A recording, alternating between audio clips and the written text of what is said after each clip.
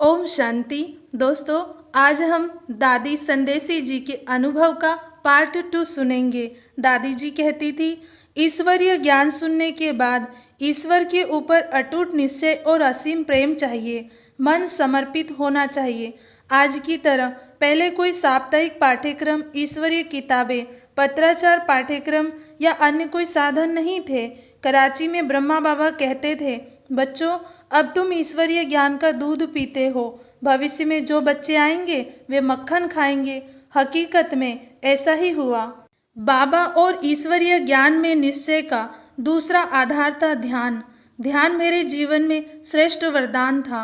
मैंने अनेक बार आत्मा और परमात्मा के दिव्य स्वरूप का साक्षात्कार किया।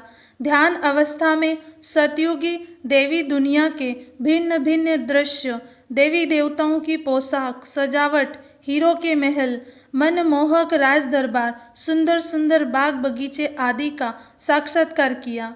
ये साक्षात्कार का पाठ कई घंटों तक तथा कई दिनों तक भी चलता था। उन सब दृश्यों का वर्णन किया जाए तो कई किताबें बन जाए। बाद में क्लास में ये सारे अनुभव सुनाए जाते थे, जिसके ऊपर सब विचार सागर मंथन करते थे और बाबा के प्रति निश्चय दृढ़ करते थे। एक बार बाबा ने क्लास में कहा, बच्चों, दूसरी दिवाली नहीं आएगी। जो पुरुषार्थ करना है सो अब कर लो। बाबा के ये महावाक्य सुनकर मैं दृढ़ निश्चय के साथ पुरानी कलयुगी दुनिया को संपूर्ण भूल गई और सोचने लगी कि बाबा के सिवाय इस दुनिया में कुछ भी काम का नहीं है। इस घटना से मेरा निश्चय दोगुना हुआ, क्योंकि ठीक समय पर बाबा ने ठीक महावाक्य उच्चारण कर हमारे पुरुषार्थी की गति को तीव्र कर दिया।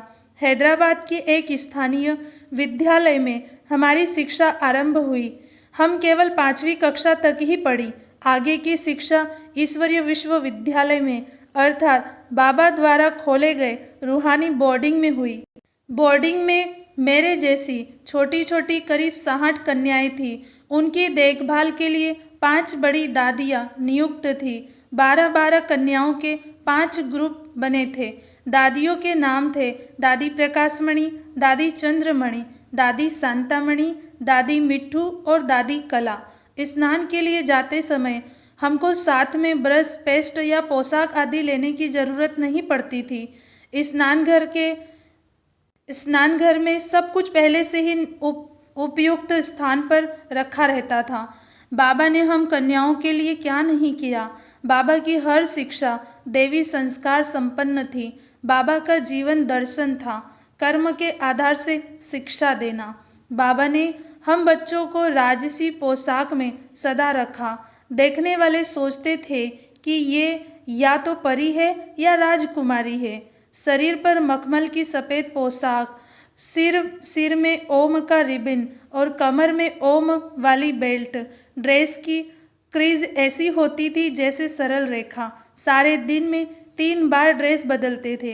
रात को सोने से पहले हम सब की सैया तैयार हो जाती थी। रात को रोज बेडशीट बदली जाती थी। मच्छरदानी भी लगती थी। हमारे सैया पर जाते ही मच्छरदानी गिरा दी जाती थी। उसके बाद सो जा राजकुमारी गीत का रिकॉर्ड बजता था। हम सभी बेड पर योगासन मुद्रा में बैठकर बाबा को गुड नाइट करने की तैयारी में रहते थे। तभी मम्मा बाबा चक्कर लगाने आते थे।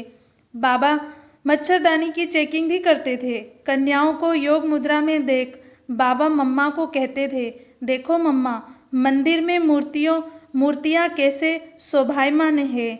उसके बाद बाबा मम्मा गुड नाइट करके विदाई लेते थे।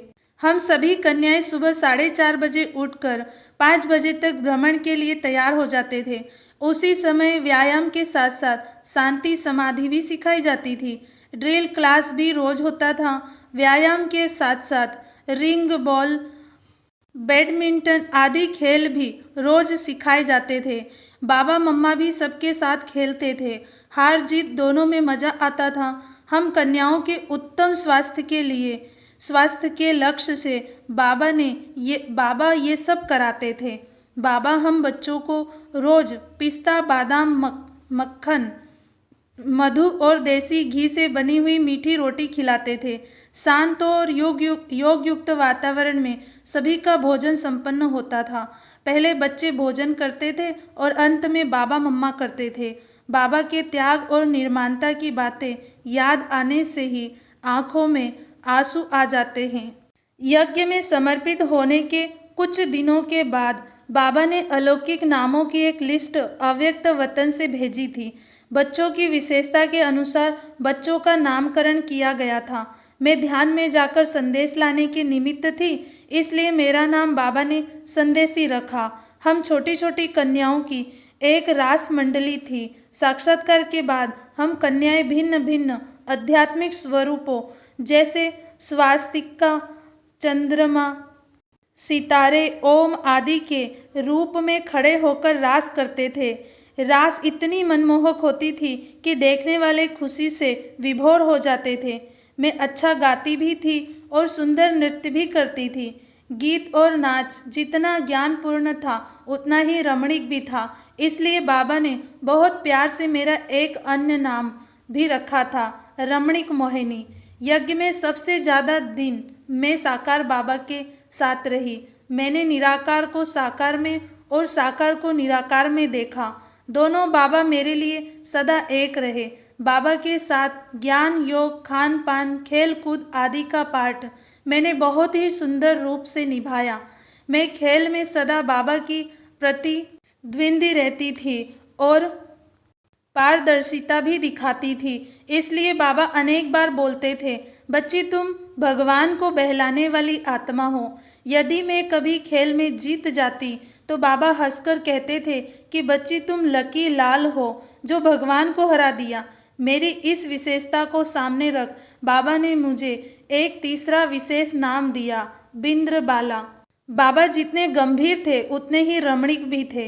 बाबा का दिया हुआ ज्ञान भी अति रमणीक है। मैं रोज रोज ध्यान में जाती थी और सूक्ष्म वतन में रास लीला के भिन्न भिन्न रमणीक दृश्य देखकर आती थी, फिर वर्णन भी करती थी। उसके पश्चात बाबा मम्मा अन्य बच्चों के द्वारा वैसा ही रास करवाते थे, रचवाते थे। इस कार्यक्रम में वेशभूषा भी देवताई होती थी और प्रदर्शन भी बहुत चित्त आकर्षित होता था। मेरे जीवन की एक बड़ी विशेषता रही ओम ध्वनि अलौकिक जीवन का पहला पाठ रहा। ओम ध्वनि बाबा के इशारे पर मैं पहले ओम ध्वनि करती थी, फिर थोड़े समय के बाद इसके प्रभाव से दूसरे सब ध्यानस्थ हो जाते थे और रास भी करते थे। ज्ञान मार्ग में ध्यान एक विशेष विषय है। परमपिता के अवतरण और सतयुगी देवी दुनिया की स्थापना की रूपरेखा ध्यान के माध्यम से ही स्पष्ट होती गई। जब मैं ओम मंडली में समर्पित हुई तो अनुभव हुआ कि कोई मुझे ऊपर खींच रहा है। जैसे लोहा चुंबक की तरफ आकर्षित होता है, वैसे ही मैं ऊपर किसी सत्ता की तरह आकर्षित होती थी। 4-5 दिन तक ऐसा अनुभव लगातार होता रहा। मैंने थोड़ा विचलित सा होकर मीठी मम्मा को सारी बातें बताई। मम्मा ने भी बाबा को सुनाया। बाबा मम्मा को समझाते हुए बोले कि संदेशी बच्ची के द्वारा शायद शिव बाबा को कोई विशेष सेवा करवानी है। उसके बाद एक दिन शाम को मैं अपना सिर मम्मा की गोदी में रखकर बैठी थी। उसी समय ऊपर खिंचाव अनुभव हुआ।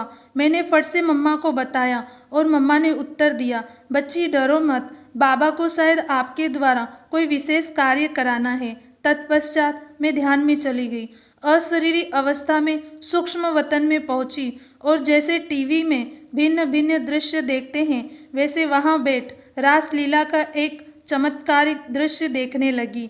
उस समय ऊपर बाबा ने कहा, बच्ची आराम से बैठकर देखो और नीचे जाकर दूसरों को भी सुनाना और खुद भी रास करना। ध्यान से वापस आने के बाद मैंने मम्मा को बताया। मम्मा ने बाबा को सुनाया। फिर बाबा ने मेरे सहित 5 कन्याओं को मिल करके रास करने के लिए कहा और हम सबकी रास देख बाबा मम्मा बहुत ही खुश हुए। उसके बाद मेरा ध्यान का पाठ चलता रहा। ध्यान के समय खाना पीना भूल जाते थे। अनुभव करते थे कि बाबा के साथ जैसे अनेक प्रकार के भोजन और फलों का रस पी रहे हैं। ध्यान अवस्था में जो खुशी, आनंद और संतुष्टता मिलती थी वह अवर्णनीय थी। मैं ध्यान में राजकुमारी बनकर 8-10 दिन तक भी रही। राजकुमारी जैसे राजई चलन, खान पान आदि मुझ में दिखाई देने लगता था। सृष्टि नाटक के नियम अनुसार बाद में बाबा को इस पाठ को बंद करना पड़ा, क्योंकि खेल और रमणीकता में बहुत समय चला जाता था। ये सत्य है कि ध्यान में बहुत उमंग और उल्लास मिलता था, लेकिन एक दिन बाबा ने सभी के सामने स्पष्ट कर दिया कि इससे विकर्म विनाश नहीं होंगे, सिर्फ योग से ही आत्मा के विकर्म विनाश होंगे।